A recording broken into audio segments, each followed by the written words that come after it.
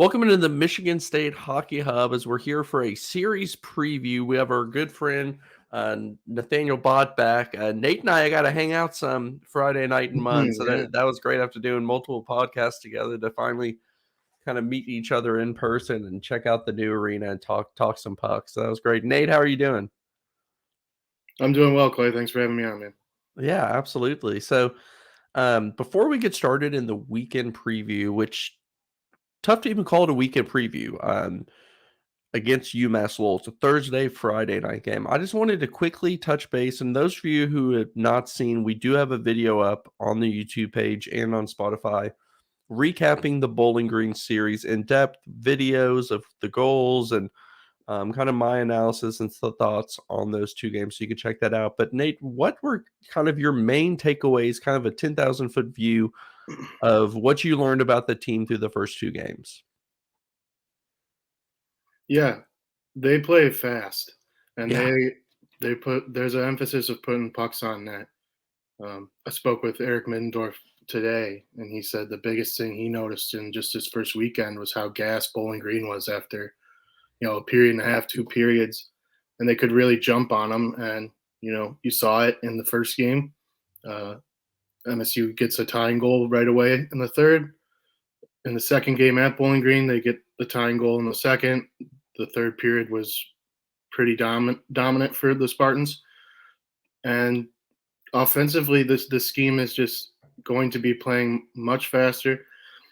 You think to last year, they took 39 shots or more total in only 3 games last year. Yeah. This It's weekend crazy. they did it twice. The first So 2 games, 39 and 42 shots. So just the speed coming in, into the offensive zone, the emphasis of getting pucks on net, filtering guys to the net to look for those rebound chances. I thought Saturday Michigan State could have had five or six goals. yeah, I thought absolutely. Stover was really good in that. Um, but Michigan State had some rebound tries that later in the year, I think with more practice and more game time, those find their way into the back of the net. Yeah, and, you mentioned the speed. When I was at the game, especially on Saturday, I thought, "Oh my gosh, I need to come up for a breath of air." I felt like I was swimming underwater for 10 minutes, it's so fast, and I thought maybe it's just because 'cause I'm at the game and it just seems a little bit quicker than it does on TV, and the angles are different, I'm closer to the action or something, but I also noticed in the second game especially, I thought, okay, this first period was really fast. The whole game was fast, but then it got physical, and there was a lot of It physical was battles. really physical, especially after the whistle. There was Yeah, Bowling and, Green's a physical team, but I think there's also a little, hey, we're playing a Big Ten team. It's our home opener. yeah, We're not going to let them just walk all over us. So I think there's a little bit of that too. But and I wanted yeah, to very touch physical. on the conditioning. Like, Michigan State never looked tired. You did not see players at after the whistle, like, kind of slunched over or trying to catch a breath or leaning on their stick. Like, they didn't do that. They just kept going and going and going and going. I was blown away by it because when I saw the speed in the first period, I was like, okay, I'm going to watch and see how they wear down throughout the game. Now, of course, it's early in the season. That might change later in the year, but I was really impressed that they just did not give up at all. So Michigan State split that series, lost at home, won on the road, and now they have a big matchup coming up ahead with UMass Lowell. And if you all remember UMass Lowell, they went there last year. I believe they tied on the first night, lost on the second night. Does that sound right? Yep, they tied the first night. They let in a goal with, I believe, like 29 seconds, I think, or maybe a minute 29 left. That Lowell Mhm. for Lowell to tie it. DeRitter was fantastic that game, Yeah. and then got shut out the next night. So they're back in Munn, and they're gonna be playing Thursday, 7 o'clock, Friday, 7:30, so a little different schedule this week. I love that. I'm excited to see them not have to wait another day of the week to watch Michigan State hockey, but definitely a tough matchup. I believe UMass Lowell is number 16. In terms of who they've played so far, they opened up their year with St. Lawrence. They won 4-0. That was a shutout. Lost this past Friday to Miami, Ohio, who Michigan State will play right after Thanksgiving, and won Saturday 4-2. Now, I watched the Saturday game from this series today, and my takeaways from watching a one game sample size, and I love to emphasize I'm not a small sample size guy, but this is what I have to work with. I was more impressed. I guess Miami impressed me more than I thought they would have. Honestly, I mean that was a close game until the third period for them. Yeah, I think it was 1-1 entering the third, and obviously Miami won Friday night. Um, Miami looked better than I thought they would, which kind of makes me wonder more about keeping an eye on them before that Thanksgiving matchup. And UMass Lowell looked good. They did shock. Like I didn't watch them and say, "Oof, man, this might be a really tough series." And I'm not saying that they're not good. I'm not saying that they can't come into Munn and sweep Michigan State, but I didn't leave with the impression from watching one game that I was like scared of this team. Yeah, Lowell looked pretty bad on Friday. They were lethargic. Miami kind of jumped on them a little bit, and they couldn't recover. And like you said, Saturday was a 1-1 game heading to the third.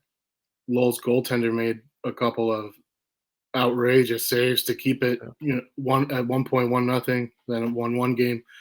Then you saw Lowell's first line kind of open things up and put some in the back of the net. But yeah, I was more impressed with the way Miami came out. I think Yeah. Lowell was expecting this to be a little easier. I think certainly Lowell was thinking that they would come out of this weekend with no less than 4 points, probably 6 points. They only come out with three, so yeah, we'll see. I thought I was impressed more with Miami than Lowell, like you said. Yeah, I was shocked by that, and it makes me wonder. I mean, we saw Miami last year when Michigan State played them, and they weren't, you know, anything too impressive. So I was surprised by them. I definitely want to keep an eye on them before we head into that matchup. Like I said, that's right after Thanksgiving, that Friday, Saturday. So we're looking right now at UMass Lowell's lines from Saturday, I believe. And just from what I've seen, and I won't use names too often here because I know we won't remember them. We're probably more likely to remember a number. But that top line, 18, 21, and 13, was pretty impressive. They had 8 points on the weekend combined. Um, 18, Carl Berglund, I believe is his name. He had 3 goals, or he has 3 goals on the year right now, leading Lowell. And his line mates kind of set him up. 13 also had a goal. I believe it ended up being the game winning goal Saturday. You can see that first line is impressive, and they do have some some nice chemistry already together. I know 13 was a transfer from Alaska Fairbanks along with their goalie, who we'll talk about. But any specific takeaways from any of the players that you saw? Yeah, Berglund, their captain, he's a goal scorer. He's a really good hockey player. Brian Chambers on that top line, good setup man, and Fornes Svensson, I believe he's kind of the to compare to MSU, he'd be kind of the Jeremy Davidson where he's going to fill in that high slot on the power play. That's who the guy they're looking to funnel to for the one timer, and he's very skilled at that. So that top line really for Lowell is going to be key. And defensively, they're very sound, top to bottom. They're a very good defensive team. They're a tough, big, physical blue line. So a defense-driven team with a top line that can really produce. Yeah, and we'll probably get into that top line more here in a minute. But as we continue to run through their roster, these are the 2 goalies.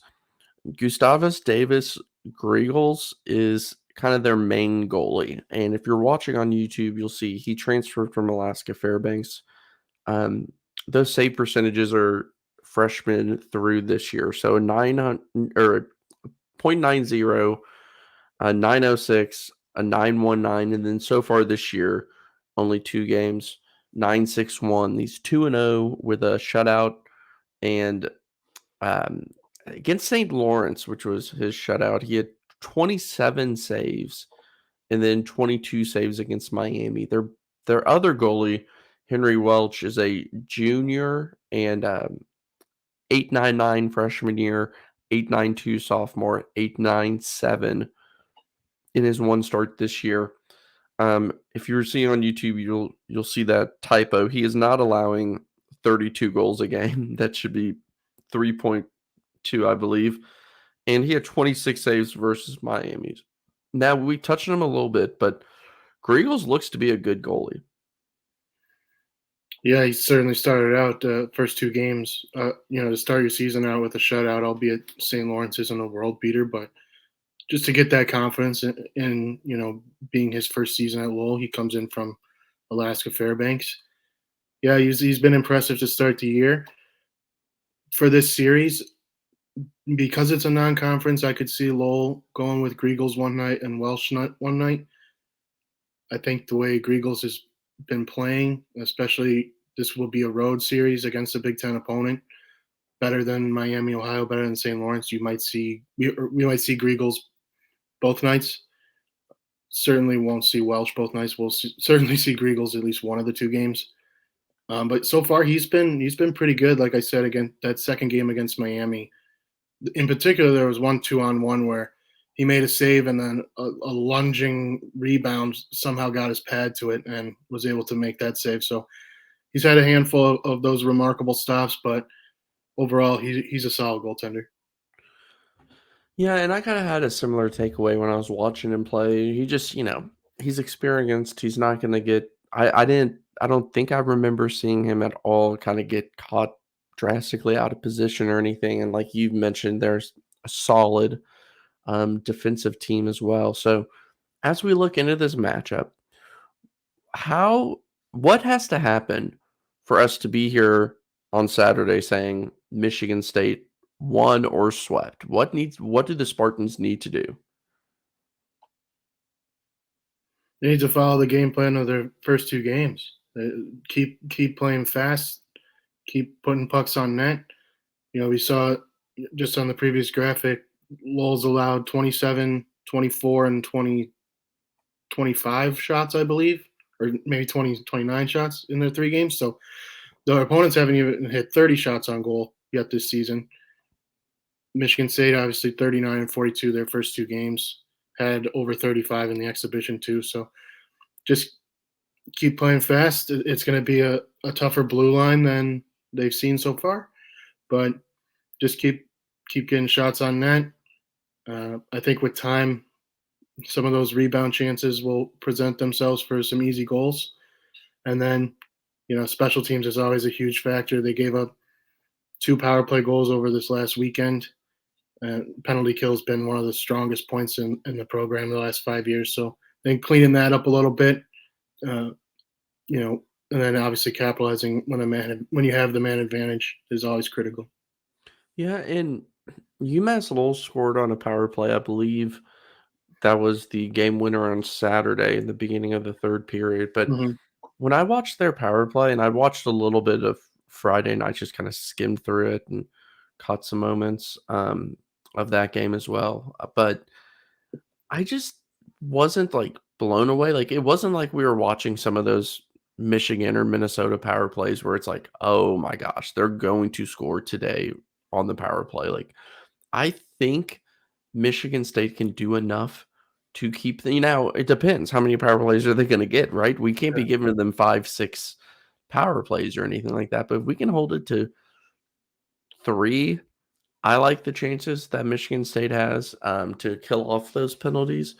And I like what we've seen from the Michigan State power play so far. I like using Nicholas Mueller kind of on that right side and kind of letting him get near the blue line, kind of get some momentum. And we saw him on Friday night take a shot. And then on Saturday night, we saw from a similar spot the kind of pass shot right to Daniel Russell, who redirected up and over the goalie for what ended up being the game winning goal. So I like what we've seen from the power play. I think, like you mentioned, it's time. We're going to get a rebound, a juicy rebound goal. Kind of like a Shouty had against the development team, right? Kind of a easier goal around the net with this many shots on net. You think those are going to be coming, and there's enough players that aren't afraid to get in front of the net there. And a guy True. like Tanner Kelly, man, he just seems due for one of those easy goals. He works so damn hard. He just seems like he's due for a little tap in action. So, um, how does UMass Lowell win this game? What do you think will be their game plan? And if it is successful, they come out with a W. I think the biggest thing for Lowell, it'll be containing some of Michigan State's speed, but they're very sound defensively. And I think if they're able to keep the puck and kind of keep Michigan State out of creating in space, just through their system and through their offense, they'll find a way to put a few, 2 or 3 goals in and just kind of shut things down.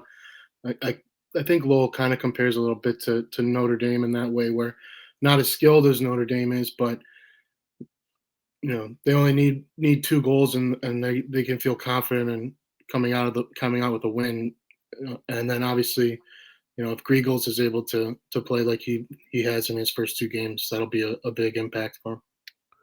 Absolutely. So, who is going to be the difference maker in your mind for Michigan State this weekend? Yeah, I think it could be a number of guys. The guy I kind of look at is David Gucciardi, the sophomore. He practiced today, looks ready to go.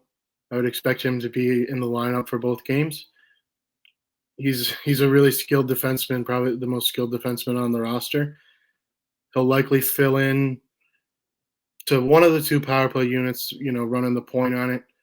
Nienhaus has looked pretty good running the top Yeah. line, so I'd expect Gucciardi maybe to fill into that second power play unit. But he's a defenseman that can create a lot of offensive opportunities even in the 5-on-5, and we've seen the first couple games guys like Matt Basgall, guys like even Paul Connor, who seemed like he never shot, he never took a shot from the blue line. He's been kind of firing away. Even that Yeah. first game, Cal Dybitz had 3 shots on goal. So the blue line guys are taking shots at the net and looking for those forwards to deflect or even get a rebound. But Now, what I Gucciardi's have shot oh, sorry. Gucciardi's shot is good enough to just score outright on its own. So I think he's certainly a guy that Michigan State can look at adding into their lineup. That he's good defensively, which is obviously a plus, but can really create some offense and create some a lot of 2-on-1, 3-on-2 rushes where he can jump into the play and make an impact. What I have here is the line chart from Saturday's game. Where do you see Gucciardi potentially sliding in? Do you think they go with this the same D and kind of remove Kyle Haskins, who is the extra skater, and use an extra D man? Do you see maybe Pal Connor taking a seat, or I would Matt? see I would see Haskins probably coming out and Yeah, Michigan State running with 7D. yeah, I don't know if Gucciardi would pair with Nienhaus. I think that might yeah. be It's Gucciardi too with lefty. Baskell or Gucciardi with Krieger and Baskell moves up, or maybe you slide Underwood down with Nienhaus. You get an offensive guy, offensive defenseman, and a defensive defenseman together. Maybe move Gucciardi to the top with Krieger. Um, there'll be some shuffling there. I would expect Paul Connor would probably be listed as the 7th defenseman who would fill in here and there on shifts. But I would expect Kyle Haskins or whoever that extra attacker would be to be not dressed, and MSU would just run with 4 forward lines. Do you think we see the first game in net this season for Pierce Charleston, or do you ride with Dylan St. Cyr? I think it would depend on how Thursday went, but since year's been good, and even in the exhibition, it didn't feel like St. Cyr was going to come out if he didn't give up 4 goals. Yeah, It seems like the staff likes St. Cyr and what he's shown. I mean, if Thursday ends up being a 5-1 defeat, then sure we might see Charleston. But I think right now it's St. Cyr's net. But certainly it's hard to predict with a non-conference series. You could yeah. certainly see Charleston filling in one of the 2 games, but I would expect Thursday certainly to be St. Cyr net. And if he performs like he has the opening series, I would expect it Friday too. Yeah. Yeah, absolutely. So before we get you out here, predictions. What is your prediction?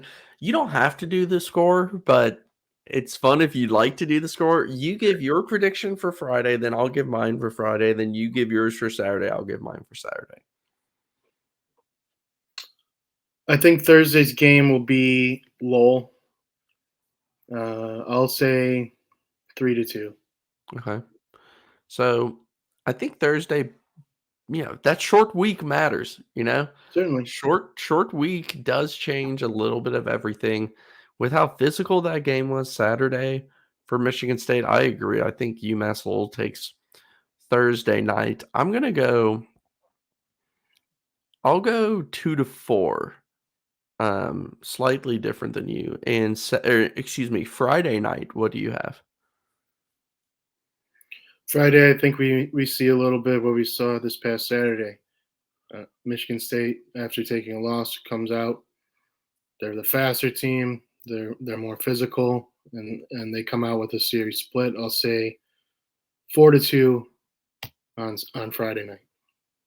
I like that. I'm worried about Michigan State playing, and just so we all are clear, Bowling Green's not bad. They did receive some votes for the top 20, but I'm worried about Michigan State this early in the season, seeing a team with experience in net, and now if they go with the other goalie, the backup Welch, I could see that being different. But I think UMass gets a sweep here.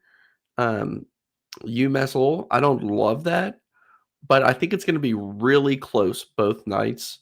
That 4-2 Thursday night might be an empty net goal at the end or something. Um, I'll see them both kind of playing a. I'll go 2-3 on Friday night, but hey, it's not the end of the world if they get swept here or anything. This is a really good team, and it could be a learning experience for them. Now, let's say Michigan State wins even just one game, but they look really competitive both nights. That's a huge step in the right direction. Um, and I know we're working, this is game number 3 and 4, but protecting your home ice and beating a team in the top 20 would do a lot for the confidence, for the kind of belief in the program. We all just know how that feels, and it kind of sounds almost kind of cheesy to say that, but we all allow ourselves to say it in football, right? It's always like, "Oh man, we're on the outside of the top 25, and Mm-hmm. this team comes into our house and we beat them, and they're number 16 or something." Like it has that feel to it where it's like this could. I'm not saying change the trajectory of the season, but a big boost like this in the beginning of the year would be huge. Yeah, certainly. And just talking to a number of the guys after practice today, the confidence level seems to be there.